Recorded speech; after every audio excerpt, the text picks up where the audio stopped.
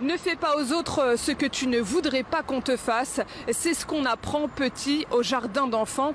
Et pourtant, un vent de panique souffle actuellement dans l'Union européenne après sa décision de surtaxer les véhicules électriques chinois jusqu'à 35%. Sauf que l'empire du milieu renvoie la balle et annonce à son tour des mesures de représailles sur le brandy européen et le cognac français. Pourquoi le cognac français? Parce que la France a été l'un des fervents partisans des taxes européennes sur les voitures électriques chinoises. Le dialogue et la coopération sont les fondements essentiels des relations entre la Chine et l'Union européenne. La coopération économique et commerciale entre la Chine et l'Union européenne se caractérise par un bénéfice mutuel et un résultat gagnant-gagnant. La résolution des différends économiques et commerciaux par le dialogue et la négociation sur la base du respect mutuel correspond aux intérêts communs de la Chine et de l'Union européenne et répond aux attentes de nos entreprises et de nos peuples. Nous espérons que l'Union européenne continuera de promouvoir les consultations avec la Chine dans un esprit constructif, qu'elle fera preuve de sincérité et de flexibilité dans la recherche de solutions et qu'elle évitera une nouvelle escalade des frictions commerciales. Ces mesures de représailles chinoises sur le cognac français ont été qualifiées par la diplomatie française de manipulation inacceptable des règles commerciales. Les producteurs de cognac français, quant à eux, accusent le coup. Ils estiment être pris en otage dans ce conflit commercial qui oppose Pékin à Bruxelles. Alors il faut savoir que la Chine a importé 99% de ce spiritueux en 2023, ce qui représente 1 milliard d'euros de chiffre d'affaires. Un secteur qui compte 70 000 emplois et qui est déjà fragilisé par des conditions météorologiques et de récolte très mauvaises cette année, ainsi qu'un ralentissement économique dû à la pandémie de Covid-19. Nous sommes complètement sacrifiés.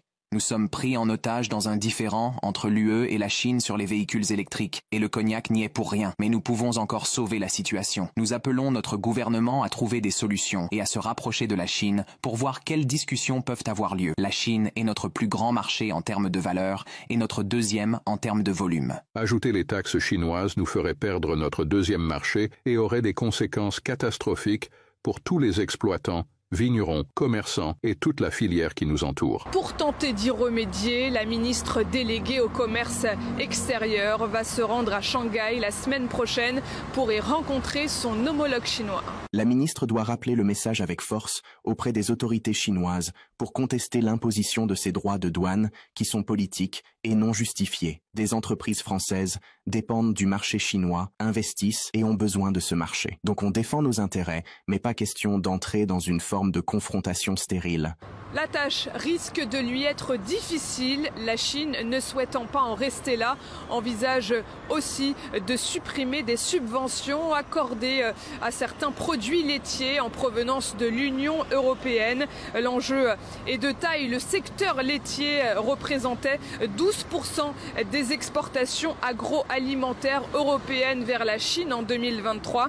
Mais toute éventuelle future mesure de sanctions affecterait la France, grand producteur de produits laitiers, bien plus que tout autre État membre de l'Union européenne. Monsieur Alexis Poulain, bonsoir, merci d'être avec nous sur RT en français.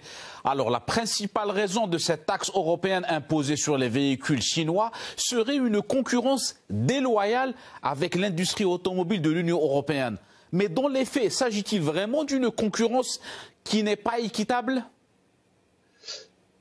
On peut dire que oui, d'une certaine façon, parce que les entreprises chinoises de l'automobile ont pris beaucoup d'avance comparé aux entreprises européennes et en cela ont des voitures avec des prix beaucoup plus compétitifs que le prix des entreprises européennes.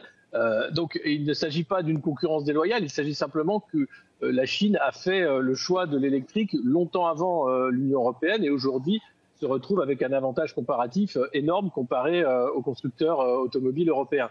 Donc voilà le premier problème. Et puis il y a aussi le fait qu'en Chine, l'État a choisi aussi d'encourager cette filière bien en amont, bien avant l'Union européenne, ce qui fait qu'aujourd'hui, la Chine se retrouve leader, pas seulement en Europe, mais partout dans le monde, sur le segment de la voiture électrique. Et ce développement, monsieur Alexis Poulain, survient dans un contexte de crise en Allemagne concernant l'industrie automobile. Alors il y a eu des rassemblements d'emplois et d'entreprises automobiles qui ont réclamé l'augmentation des salaires. Le géant Volkswagen a l'intention de fermer 3 usines dans le pays. Comment vous analysez cette situation ?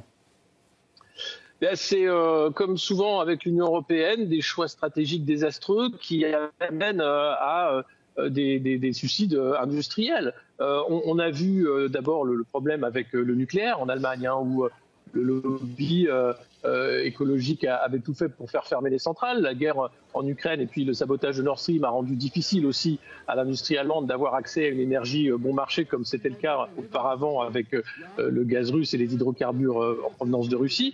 Et aujourd'hui, les constructeurs allemands ont du mal à passer à l'électrique, doivent faire des plans sociaux avec des milliers d'emplois en jeu et se retrouvent en plus pénalisés sur l'export puisque ce ne sont pas eux qui sont les plus compétitifs sur le segment international. Donc on a là encore une fois un exemple criant d'un choix stratégique délétère de la part des politiques européennes et puis qui sont obligés d'être suivis par les industriels qui ne comprennent pas souvent ces choix. Qu'est-ce qui explique le succès ces dernières années des voitures chinoises électriques dans le vieux continent ? Ce que je disais tout à l'heure, leur prix, le fait qu'il y a beaucoup d'avance par rapport à cette technologie de l'électrique, qu'elles sont beaucoup moins chères que les voitures européennes et qu'il n'y a plus maintenant le risque de ne pas avoir de pièces détachées ou de services après-vente puisque les usines chinoises aussi sont implantées et travaillent sur le continent européen. Donc c'est beaucoup d'atouts pour la voiture chinoise qui font qu'aujourd'hui, elles sont plébiscitées par le consommateur européen. Quel est l'impact de cette surtaxe sur le marché européen? Alors certains spécialistes économiques estiment que cette nouvelle mesure elle ne sera pas efficace.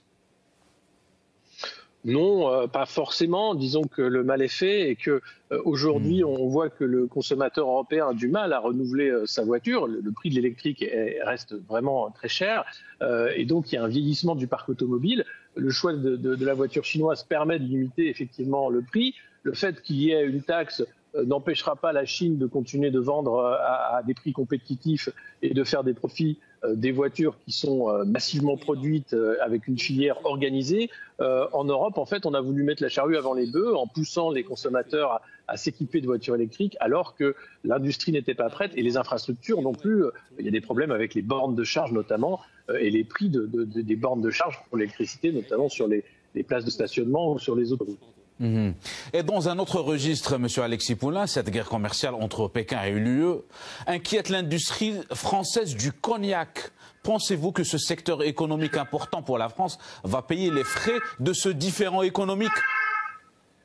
Comme toujours dans les guerres économiques, il y a une réponse. Donc la Chine a choisi d'attaquer le cognac puisque la Chine est un des premiers importateurs de cette boisson française. Et donc pour dire, écoutez, si vous voulez jouer le jeu des sanctions et des taxes à l'entrée, nous allons jouer ce jeu-là et nous allons le jouer avec un produit dont vous êtes les seuls producteurs, le cognac en l'occurrence, pour vous faire comprendre que cette guerre économique débouchera sur davantage de mesures de retour et que vous ne serez pas forcément gagnant. C'est le jeu évidemment de ces accords commerciaux et quand il n'y a pas accord, il y a guerre économique et il y a le jeu des taxes à l'entrée et des barrières douanières. Et pour revenir à la décision européenne, alors la Chine a indiqué qu'elle pourrait introduire un recours au niveau de l'Organisation mondiale du commerce. Quels sont les moyens pour Pékin d'obtenir gain de cause dans cette affaire ? Simplement les règles du marché et de dire qu'il y a là une distorsion de la concurrence. L'OMC pour le commerce a toujours favorisé la concurrence et l'ouverture des frontières et la libre circulation des biens et des capitaux. Donc il y a là évidemment un cas pour la Chine qui a toujours été d'ailleurs bénéficiaire de ces règles de l'OMC. C'est grâce à ce commerce, cette globalisation que la Chine a pu devenir un leader dans de nombreux secteurs, d'abord par la production en quantité, puis ensuite par la montée en gamme et la qualité. Tout ça avec des règles internationales qui sont claires, il suffit de les faire respecter. Très bien, merci à vous pour votre analyse, Monsieur Alexis Poulain. Je rappelle que vous êtes le cofondateur du média Le Monde Moderne. Vous étiez avec nous en direct depuis Paris. Merci à vous.